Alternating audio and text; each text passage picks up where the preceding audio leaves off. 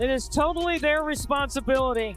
And if they had taken care of the business earlier, we would be in this situation right now. The way that the game went and how egregious the referees were and how they were not protecting players, and they especially weren't protecting the #1 player in this league, the biggest draw in this league, which is Caitlin Clark, and they continue to not do that. She's gonna stand up for her teammate, and that's what she did in that moment. The WNBA is staring down a full-blown credibility crisis. And the Indiana Fever have officially had enough for weeks now. Tensions have been simmering beneath the surface. Questionable officiating, inconsistent calls, and a disturbing lack of accountability. But the breaking point came during the Fever's matchup against the Connecticut Sun, where what Caitlin Clark endured went far beyond a simple bad whistle. It wasn't just one rough play or one missed call, it was a game filled with reckless physicality, cheap shots, and zero protection from the officials. And the worst part?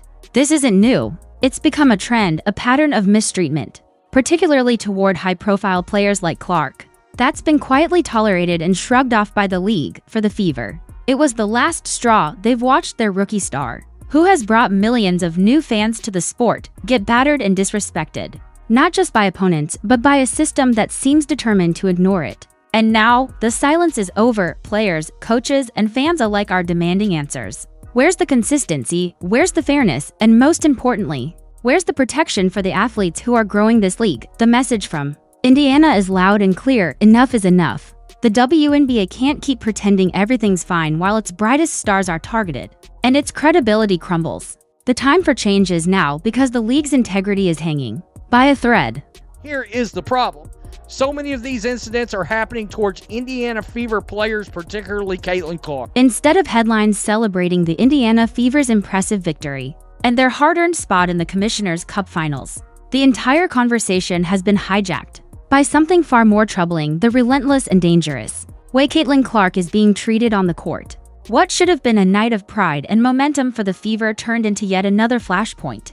In a growing controversy about the WNBA's officiating, or lack thereof, let's be clear. This wasn't just physical basketball, it was an outright ambush. Clark was bumped, shoved, elbowed, and dragged across the court with barely a whistle blown in her defense. And the officials? They stood on the sidelines, arms crossed, pretending it was all part of the game, but anyone watching could see it.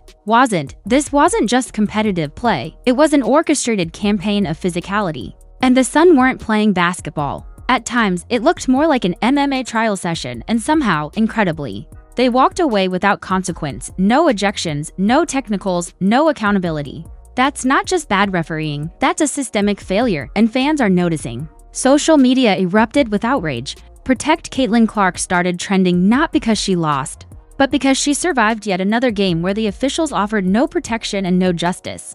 Then came the post-game press conference. Fever head coach Stephanie White stepped up to the mic, and within seconds, it was clear this wasn't going to be one of those typical, polished post-game soundbites. There were no compliments or vague answers. White was fired up, furious, and finished with the charade. She didn't dodge, she didn't deflect, she delivered. With the weight of her team behind her and the full force of her frustration, she laid it all out. The inconsistency, the dangerous precedent being set, and the urgent need for the league to wake up and step in. Her words weren't just a defense of her player, they were a demand for justice, a warning shot to the league office, and a call to action for anyone who still believes in fairness, safety, and integrity in professional sports. The bottom line?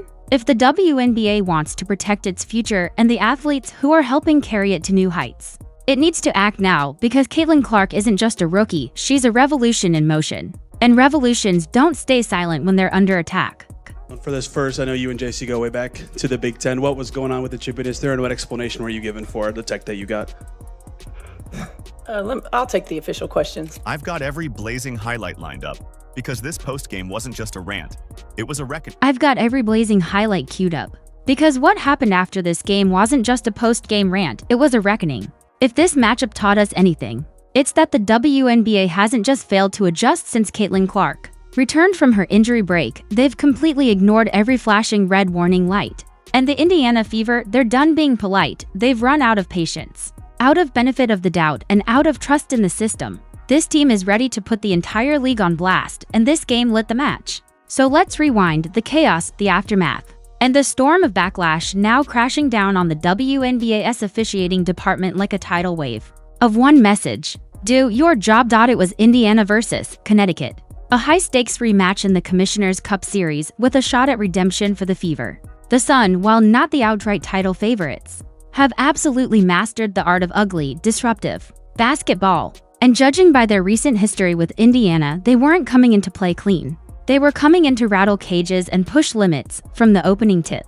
It was clear this wasn't just going to be a hard-fought battle, it was going to be a war. The energy electric, the atmosphere charged, but the officiating non-existent. Fouls were flying left and right, but the refs acted like they were watching another game.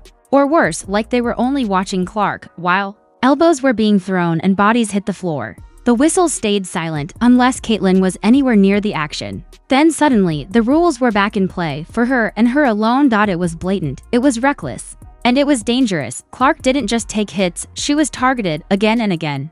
With no protection. This isn't just about one player. This is about a league that's allowing its rising stars to be battered under the guise of physical play, all while turning a blind eye when things cross the line, and the Fever have had it. This wasn't just a game, it was a boiling point. From head coach Stephanie White's firestorm of a press conference to the players' body language, to the viral outrage exploding across social media. One thing is certain, this team is done staying silent. So buckle up. Because if the WNBA thought it could ride this out, let the noise fade, and hope people moved on, they're in for a rude awakening. This isn't just about missed calls. It's about a league being held accountable by the very players, coaches, and fans who are fighting to make it better. And now that the reckoning has begun, there's no putting it back in the bottle. Caitlin Clark are talking to the official. They're both going at it saying, hey, there's a little extra right there. Enter JC Sheldon, a player who's quickly built a reputation this season, not for finesse or flashy plays, but for turning opposing players into crash test dummies. At this point, she's better known for her physicality than her stats, with a highlight reel that looks more like a demolition derby than a basketball montage. Sheldon already has two major names on her hit list, Sophie Cunningham and Sydney Colson, both of whom ended up injured after collisions with her that many fans and analysts have called reckless at best and dirty at worst. But apparently, two wasn't enough, because when she stepped on the court against Indiana, it looked like she was gunning for a third, and this time, the target was Caitlin Clark. Only this time, she wasn't just bringing the usual elbows and hard screens. No, Sheldon added a little extra edge to the contact, a shove here, a shoulder check there, a level of intensity that crossed the line from tough defense into outright intimidation. And somehow, just like before, the officials let it slide. It's as if Sheldon's style of play has become a tolerated brand of chaos, a storm you just have to weather if she's on the floor. But the message it sends, if you're a rising star like Clark, you'd better be ready to take hits, because protection isn't guaranteed, and accountability is optional. Her mortal enemy took out a player. JC Sheldon. Caitlin Clark's mortal enemy, JC Sheldon. So JC Sheldon didn't just play aggressive, she made a beeline straight for Caitlin Clark's face. Yes, literally, no disguise, no hesitation. It was the kind of move that had fans in the arena and watching at home instantly on edge. And as the chaos erupted, it didn't stop there. Enter Marina Mabrey, and what she did next looked less like a basketball play and more like something pulled from an NFL highlight reel. She body-checked Clark with such force, it felt like she was trying to earn a spot in a football combine, not a WNBA rotation. The collision was brutal. The intent was clear, and the whistles? Silent. What should have been a warning flag moment, a clear sign to officials that things were spiraling, was met with nothing, no call, no accountability, just another play swept under the rug in a game that was quickly turning into a free-for-all. And at the center of it all, Caitlin Clark, again, left to pick herself up, adjust her headband, and play on like she hadn't just been blindsided in